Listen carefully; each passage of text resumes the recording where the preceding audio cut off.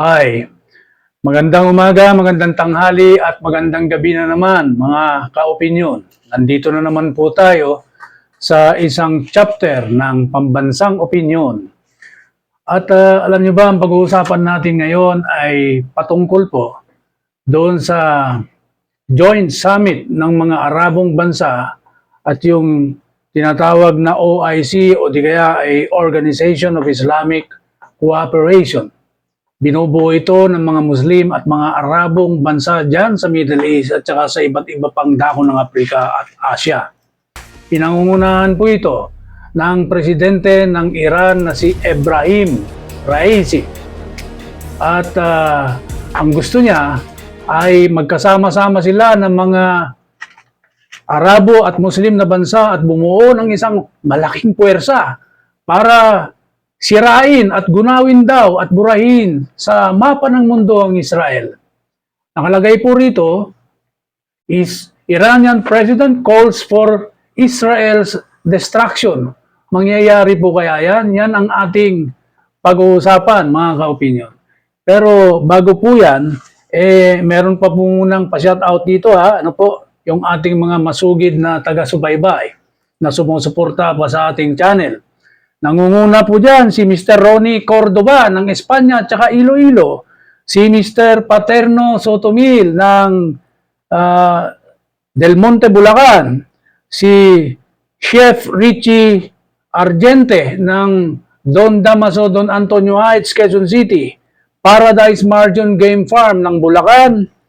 Yung aking kaklase sa political science noon sa kolehiyo, si Mr. Samuel Balbin. At ang suki ng bayan na isang negosyante ng mga RTWs at ang kanyang anak na walang iba kundi ang kanyang may pagmamalaking si Zechariah Jacob Pedrajas na nasa top of the class ng kanyang mga kaeskwela, mga kaopinyon. At bago pa tayo magpatuloy, nire-request ko lang po na pakipindot naman yung bell ng ating subscribe subscribe portion dyan po sa baba ng channel ng inyong mga YouTube at paki-like na rin po at paki-share ang ating video segment na ito sa inyong mga kaibigan at huwag niyong kakalimutan din na pakipindot yung notification bell para lahat po kayo ay updated sa mga susunod nating mga video. Bueno mga ka-opinyon, magpapatuloy po tayo. Ito yung isang video clip. Sinasabi rito na yung Iran's president urged his Arab counterparts to declare Israel's army as a terrorist organization. Grabe naman ito. Gusto pa palang palabasin ng Ebrahim Raisi na ito na yung Israel army ang terrorist organization.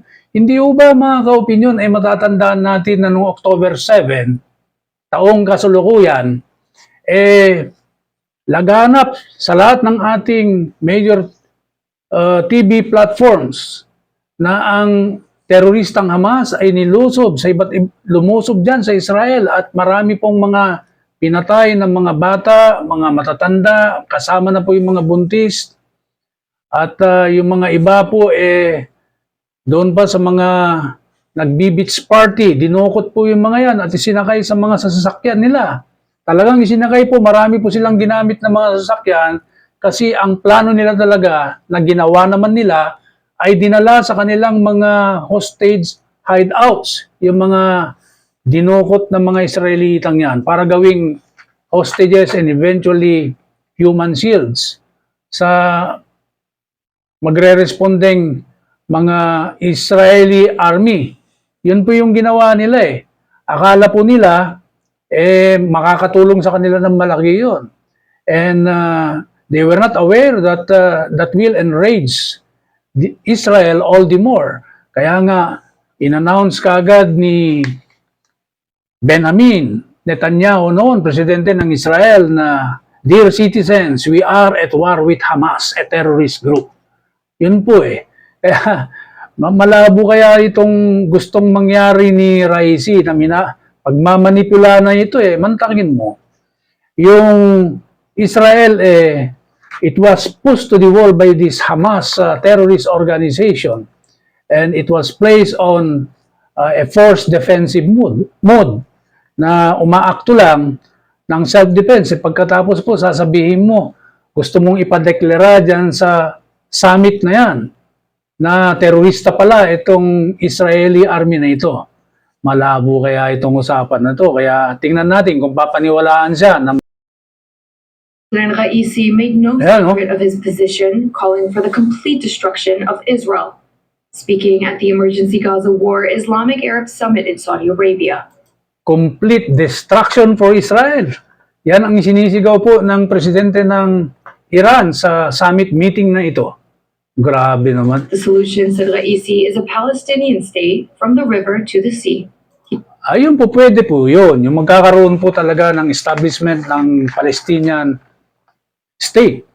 Kung yan ba ay papayagan po at i-approve ng United Nations. Ano? Pero yung sasabihin niyang destruction of Israel, di ba pinagsisigawan niya nung nakaraan, napapanood natin sa mga iba't ibang media platforms na death to Israel, death to the US. Talagang ang Iran gusto pala talaga niyang hindi lang sirain kundi burahin ang Israel sa mapa ng mundo. At pinagsisigawan din niya na pati ang United States na yan, dapat yan mawala na rin. Mukhang imposible naman yata yun.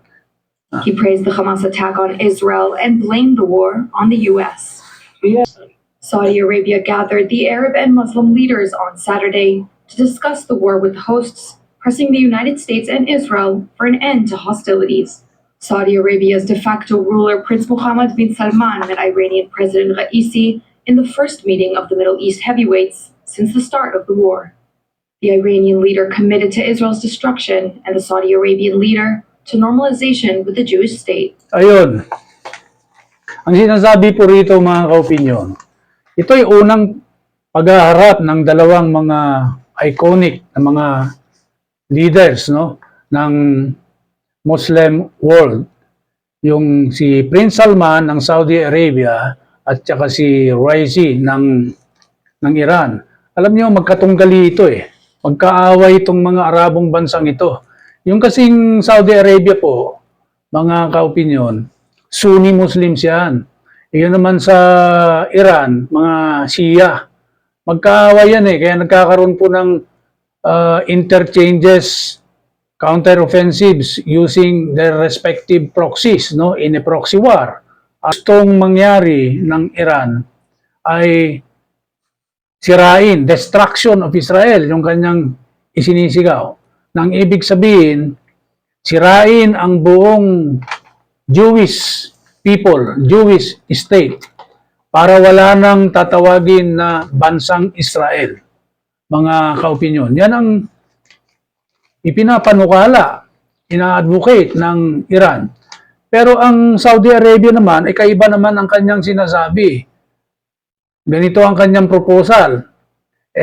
Sige, kailangan magkaroon ng ceasefire at panagutin kung ano man yung mga dapat panagutan ng Israel diyan sa nangyari sa Gaza.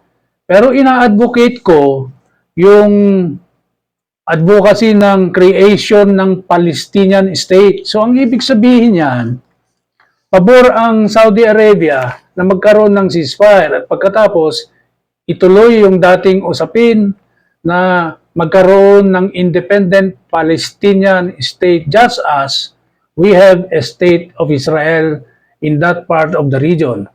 Okay, so at isa rin sa nanguna sa pagsasalita sa summit na ito ay si Syrian President Bashar al-Assad ng Syria. At sinabi niya na ang kakulangan daw ng konkretong panukala para mapatawan ng parusa ang Israel ay magre-resulta sa isang summit na walang pangil o walang ngipin. Ganun ba yun? Hindi ba ang Israel ang liit-liit na bansa, mga kaopinyon? at napakalaki ang Iran. Pagkatapos, ang Iran, kakampi pa niya yung Lebanon, yung Hezbollah sa Lebanon, nandyan pa yung Syria ni Assad, nandyan pa yung Iraq. Pagkatapos sa southern part ng Israel, nandyan din yung Yemen at nandyan yung mga Houthis na mga terorista rin na ginagatungan at pinupunduhan po ng Iran. So, ano ba yung sinasabi rito ni Al-Assad na wala raw panukalang malakas ang mga Arabong bansa ito para ang Israel magapi nila? Ang tingin ko po rito kasi talaga, talo lang sila sa Israel kahit magtulong-tulong po sila eh. Alam niyo kung bakit po? Sasabihin ko sa inyo Kaya nga ang kinalabasan ng summit na ito, karamihan ng Arab leaders na sumapi diyan sa pagpupulong na yan ay kinundena na lang ang Israel na ang kanyang mga ginawa raw ay yun po ang malinaw na lumabas dito mga kaopinyon. At ipinunto pa ni Assad ng ganito, quote, "If we do not have real tools for pressure, then any step we take or speech we give will have no meaning." Yan ang sinabi niya. Talaga po sigurong totoo yan, lalong-lalo na kung hindi naman sila solido, no? Kasi marami rin palang lumalabas pa na kaalyadong Arabo at Muslim na bansa ang Israel na hindi sila pumayag doon sa panukala ng Iran na sirain ng Israel at ideklara ang army ng Israel na terorista. Grabe yan Nandyan yung Kingdom of Saudi Arabia, nandyan yung United Arab Emirates, yung Bahrain, yung Sudan, yung Morocco, yung Mauritania, Djibouti, at Egypt. Yan po ang mga bansa na nag-dissent doon sa panukala ng Iran sa kagustuhan niya na burahin daw sa mapa ng mundo ang Israel.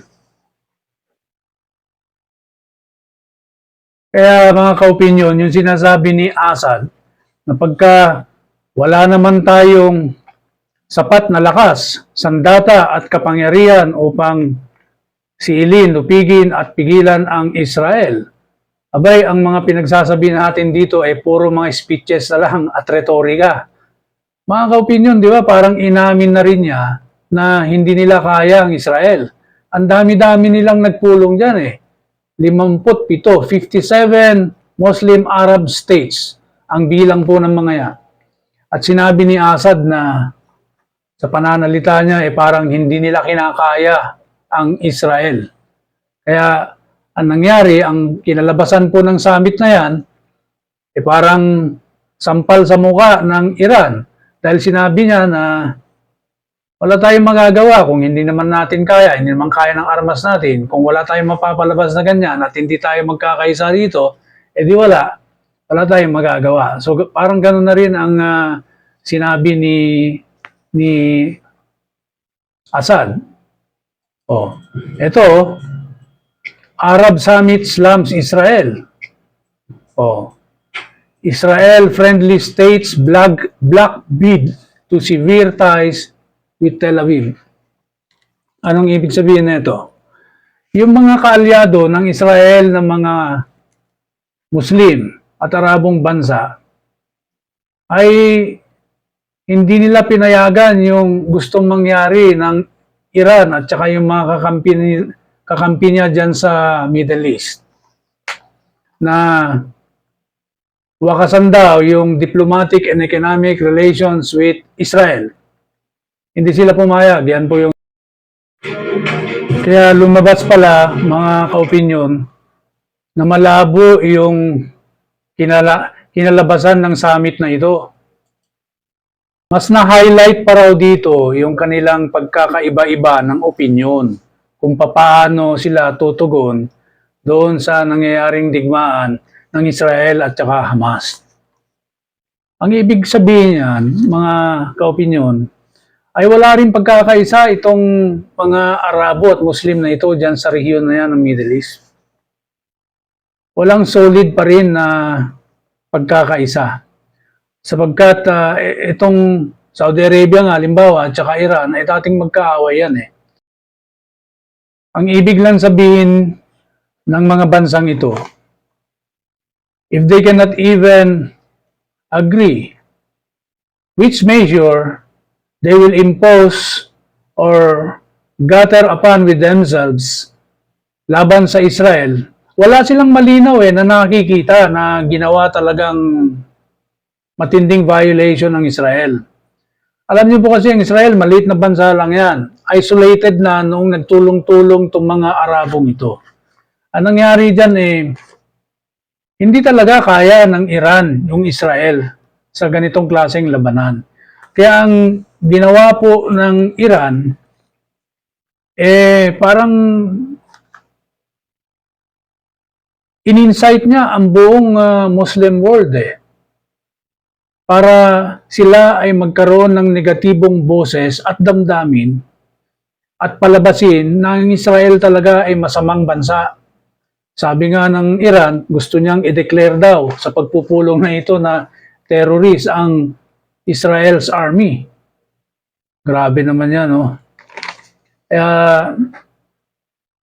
Gusto ng Iran na mangyari, sabayan yung pagkakatalo ng Hamas tsaka yung mga ibang teroristang grupo na ipinapain niya upang labanan ng Israel sa pamamagitan ng isang malakas na public opinion. But this time, isang opinion, isang Muslim tsaka Arabong nagkakaisang opinion para magkaroon ng isang boses lamang sa riyon na yan na kung ano man ang sabihin nila ay hindi na makakapalag ang Israel sapagkat isolated na nga ang Israel po Nakita niyo yung mga rally kung saan-saan po, yung mga Free Palestine rally na yan, sa Europe, sa Great Britain, sa iba't ibang parte po ng United States of America, sa Europe, dyan sa Middle East, at kung saan-saan pang mga bansa. Wala nang boses na nagtatanggol sa Israel. Para bang umbaga, ito'y trial by publicity na Kaya dito sa pagpupulong na ito, ibang usapan na yan. Sapagkat ito hindi naman mga ill-advised itong mga Arab leaders na ito Alam din nila talaga na may mali yung Hamas at talagang maling-mali. Kaya ang gusto lang nilang ipatigil ngayon ay yung nangyayaring digmaan, sagupahan dyan sa Gaza dahil marami pong nadadamay ng mga civilians. Yun lang pong gusto nila. At ang Israel talaga, gusto niya magiganti rin dahil hindi matanggap ng Israel yung breach yung kanyang mga perimeter fences Yung mga iron fences na yan, pagkatapos they were caught flat-footed at napasok sila na hindi naman dati nangyayari dahil kilala nga ang Israel na magaling dapat ang kanyang intelligence network napasok silang ganun. Kaya medyo napahiya rin yung si Netanyahu.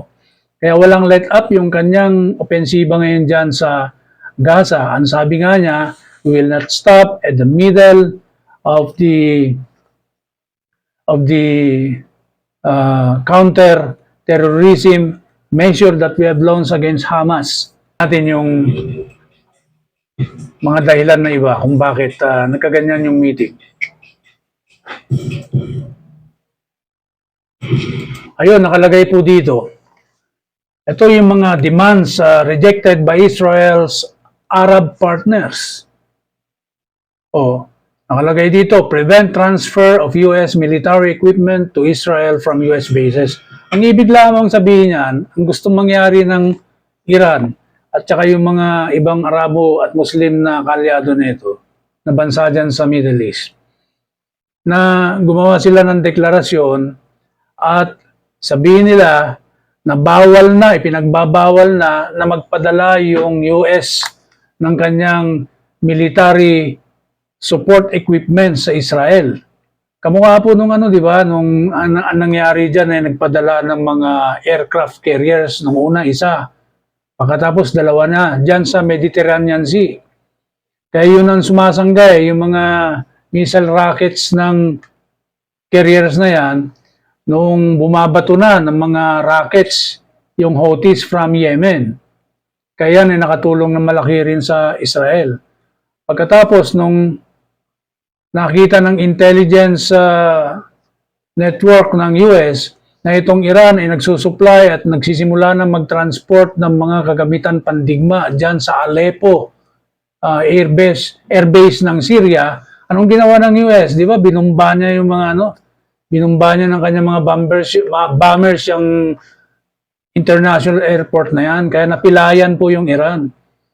Kaya itong Iran, lumalabas na mayaman naman bansa, may impluensya, may kakayanan naman pagdating dyan sa region na yan. Kung hindi Israel ang kanyang katunggali at saka ng US.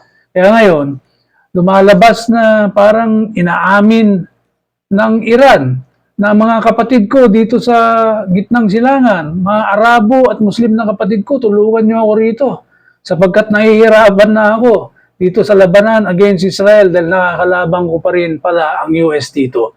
Ganyan po ang kinalalabasan po yan. At pangalawa, inilagay po rito na itigil daw ang lahat ng mga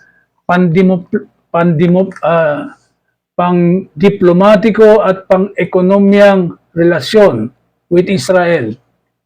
Diplomatic and economic relationship with Israel.